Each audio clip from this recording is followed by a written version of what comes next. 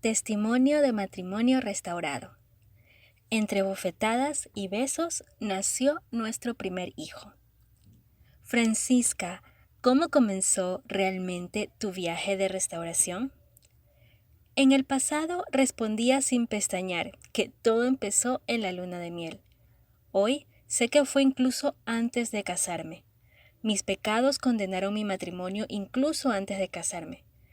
Un pecado engendró el siguiente pecado, que dio a luz el siguiente, y una serie de pecados establecieron la destrucción de mi matrimonio. Un abismo llama a otro abismo.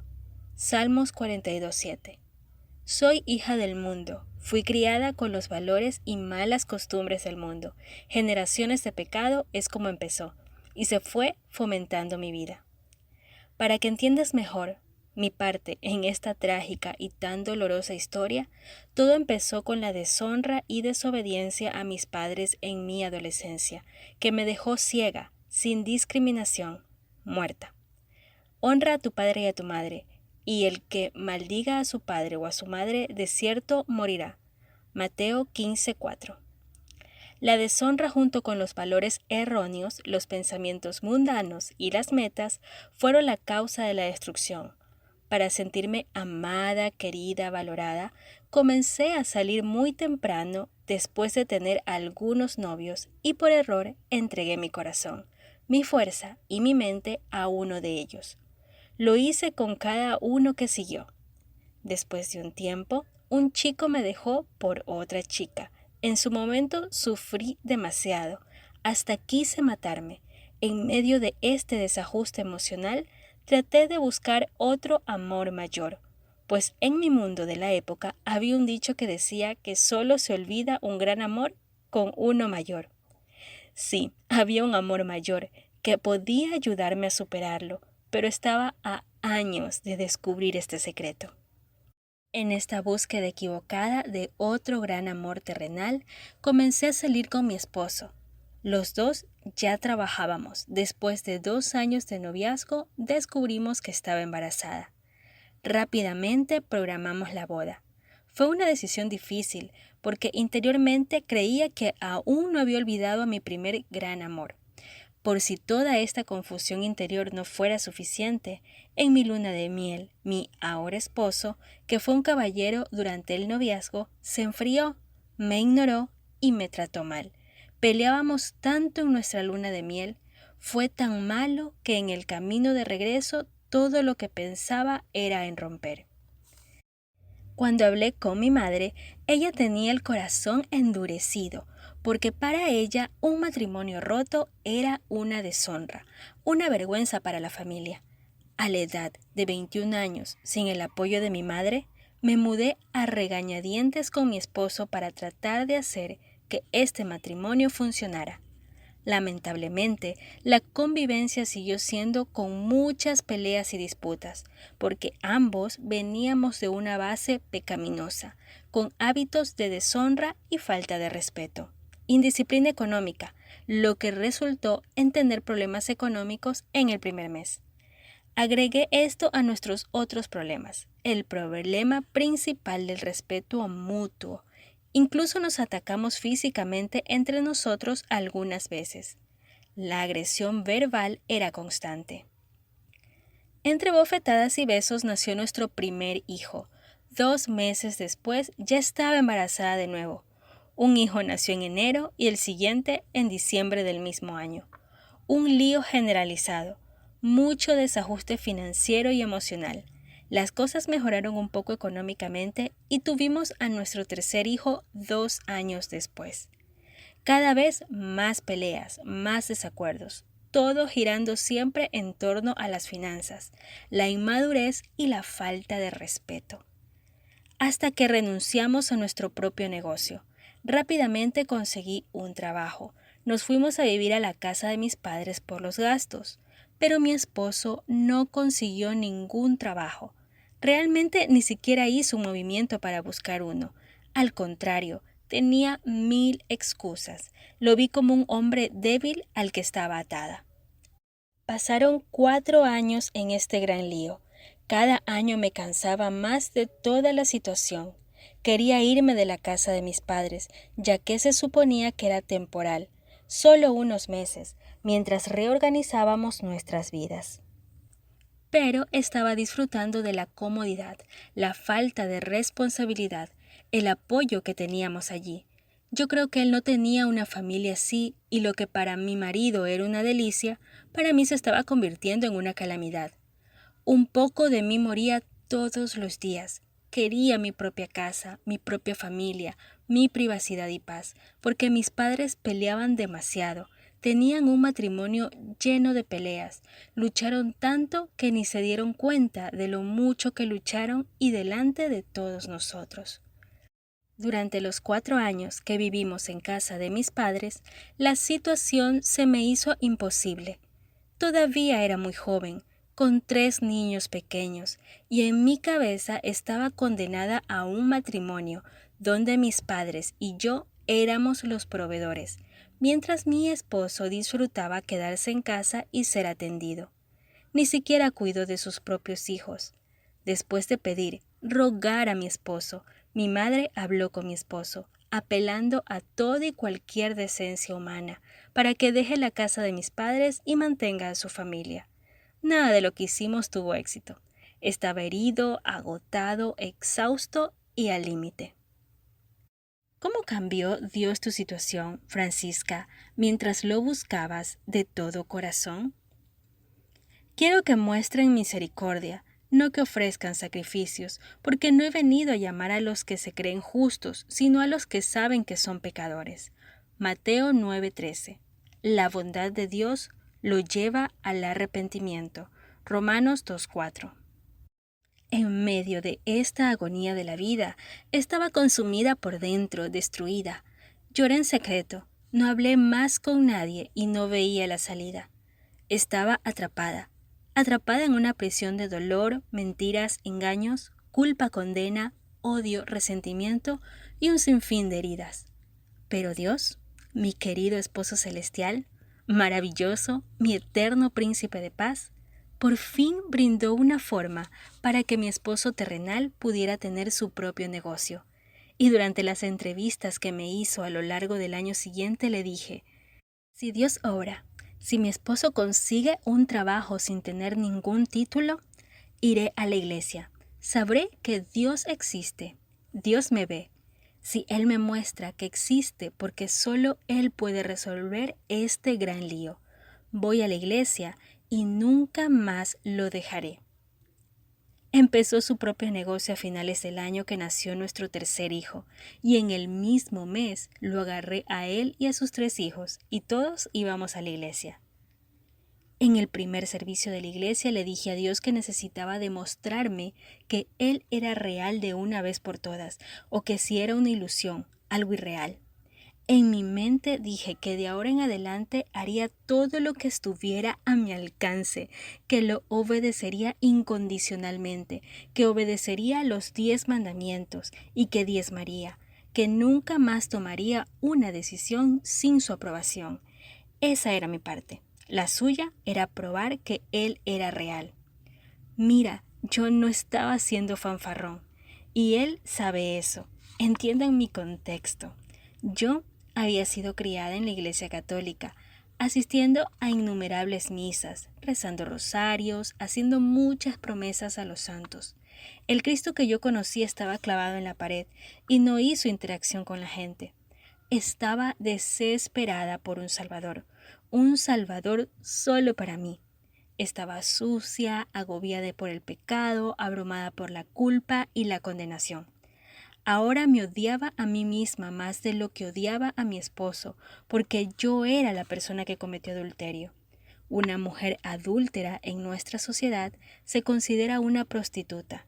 Ni la sociedad ni mi familia tendrían lugar ni piedad para mí. Sería apedreada emocionalmente hasta la muerte. 5 meses después, Dios me llevó a nacer de nuevo. Lavó mi alma, lavó mi culpa, lavó todas mis acusaciones, miedos, dolor, ira. Él rasgó el cielo y derramó amor abundantemente en mi vida. Él estaba hablando a mi corazón y enseñándome más acerca de Dios.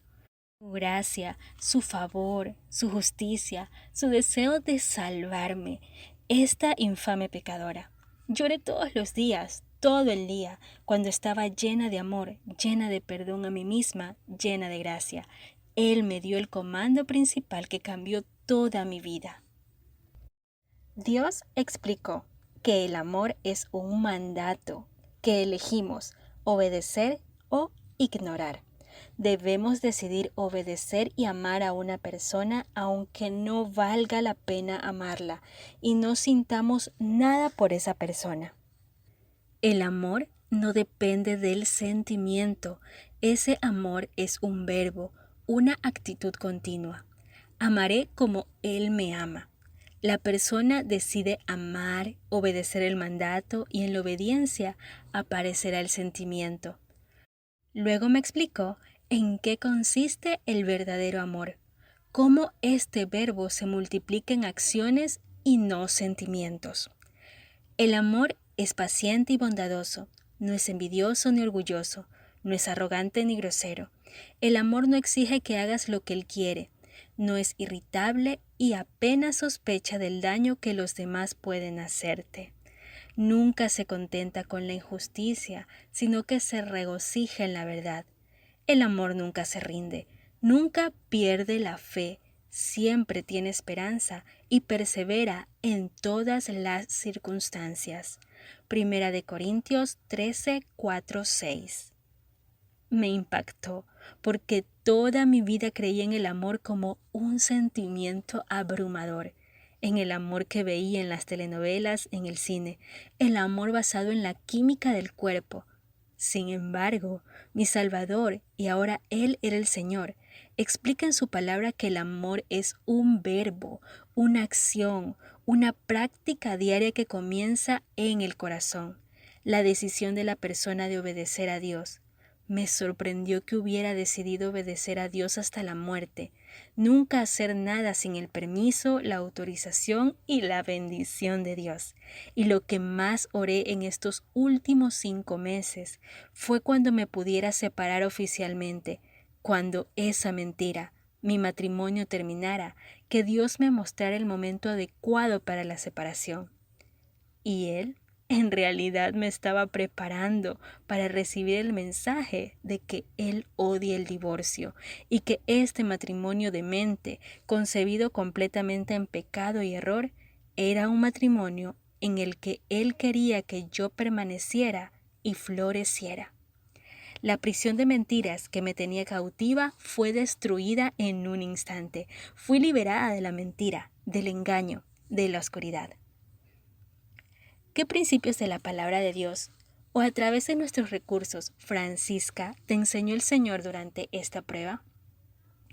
Dios necesitaba enseñarme todo porque yo no sabía nada. Buscar a Dios primero, leer y obedecer su palabra salvó mi vida. Los principios que se encuentran en su maravilloso libro, Cómo Dios puede y va a restaurar su matrimonio. El libro amoroso de la Biblia fue lo que finalmente me enseñó a vivir una vida decente, honesta y recta, y cómo relacionarme conmigo misma, con las personas que me rodean y sobre todo mi marido. La primera lección, desde que regresé a casa con la mente puesta en el plan de Dios, fue callarme, no responder cuando mi esposo me hablara más. Ore y lea la Biblia diariamente para aprender sobre este nuevo plan, esta nueva vida que estaba viviendo, esta nueva oportunidad que me había sido revelada, pero que no entendía o de la que no sabía casi nada. Entonces RMI entró a mi vida, donde aprendí a dejar ir y estar de acuerdo con el enemigo, a mirar al Señor como un esposo celestial. Este fue el segundo regalo más asombroso de mi vida después de recibir mi salvación. ¿Cuáles fueron los momentos más difíciles en los que Dios te ayudó, Francisca? Había muchos, tantos, así que describiré brevemente algunos. La primera vez fue que nuestro negocio quebró, por lo que nos quitaron todo nuestro apoyo financiero y poco a poco nos quitaron todo. Cuanto más oraba y ayunaba, peor se ponía la situación. Nos quedamos con enormes deudas en los tribunales, los bancos y nuestra familia. Esta tribulación duró 10 años. Estábamos muy destrozados, avergonzados, pero al final aprendí a depender económicamente de Dios y a esperar que Él cumpliera su plan. Un punto que culminó en quebrantarme y que me volvió a poner en la cama, en depresión, en tristeza, fue cuando me di cuenta que habían pasado muchos años desde mi conversión y el rescate de mi matrimonio. Sin embargo, mi esposo se había ido de la iglesia, siendo pronto seguidos por nuestros hijos que eran adolescentes en ese momento. Esta segunda depresión fue más leve que la primera, pero comencé a combatirla con oración, sin medicamentos ni consejería. Intenté todo hasta que él me guió a RMI. Estaba hambrienta de dirección clara, donde la Biblia fuera la única guía o guía del alma. Rápidamente tomé todos los cursos en línea, leí el libro Una mujer sabia y comencé a ayudar a otras mujeres. Ese fue el mayor avance. Mi mente comenzó a un nuevo proceso de renovación, de purificación. Comencé a notar todos los conceptos erróneos que aceptaba como verdad de otros cristianos e iglesias. Pero debido a sus materiales y a la insistencia de entrar en su palabra y pedirle, comencé a formar nuevas fortalezas mentales. Dios se convirtió en mi fuente de sabiduría y se estableció un nuevo proceso de quebrantamiento, sanación y liberación en mi vida, así como en mis emociones y en mi familia. Ya había hablado tanto de Dios con todos los miembros del hogar, que logré quemar todas las oportunidades, porque el discurso anterior no era compatible con mi comportamiento. Yo era farisea y también mujer contenciosa. Una vez que comencé el proceso de mansedumbre, humildad, paciencia, estar muy quieta esperando lo que Dios quería que hiciera o dijera, cuando quiere que lo haga y cómo lo quiere hacer, entonces comencé a ser efectiva con las personas que conocía, que vinieron a mí y me preguntaron. Fue muy difícil admitir que todavía era tonta en muchas áreas de mi vida, que después de tantos años de servir a Dios, confesar todo siempre ayuda porque es un nuevo comienzo. RMI me ha ayudado en este proceso de reconectarme con mi primer amor, mi esposo celestial, y darme cuenta que nuestra vida siempre está en el camino de la restauración. Había estado atrapada en una zanja durante mucho tiempo y ni siquiera podía entender qué estaba haciendo mal. Animándome a escribir en un diario, a confesar, a abrirle mi corazón a él cada vez que aprendía algo nuevo, me mantuvo avanzando rápida y pacíficamente. Fue muy difícil lidiar con la indiferencia de mi esposo en varias etapas de nuestro matrimonio. Sin embargo, el principio de recibir todo lo necesario de tu esposo celestial, su cariño, su amor, me sostiene y me mantiene animada, inspirada, protegida de mi esposo terrenal cuando no es quien yo sé que le gustaría ser. Todo lo que necesito viene de él. Enfócate en él, míralo a él, espera lo que sea solo lo que él te puede dar y no de tu esposo terrenal. Además, aprende a dejar ir. Déjalo con él. Francisca, ¿cuál fue el punto de inflexión de tu restauración? El punto inicial fue arrepentirme y recibir al Hijo de Dios como Señor, Salvador, Redentor y Director de mi vida, para darle el primer lugar en todo. Recibir la buena noticia, la verdad, el perdón y su palabra como centro de mi vida. El punto de inflexión actual sigue siendo exactamente el mismo, arrepentirme y restaurar al Señor como primer amor, como mi esposo celestial, como el centro de toda mi existencia. Pero tengo esto contra ti, que dejaste tu primer amor. Apocalipsis 2:4. De alguna manera me había perdido, aún detrás de los valores de la iglesia y las promesas de Dios. Creo que me perdí en mi propio entendimiento, con los plazos que damos y con las fantasías que creamos de la iglesia y lo pone a él en primer lugar. Mi vida dio un giro cuando regresé a mi primer amor y finalmente descubrí que él no solo era mi Redentor, Señor, Padre, rey, sino principalmente era mi esposo perfecto, el esposo celestial que tenía una alianza conmigo, un perfecto pacto inquebrantable.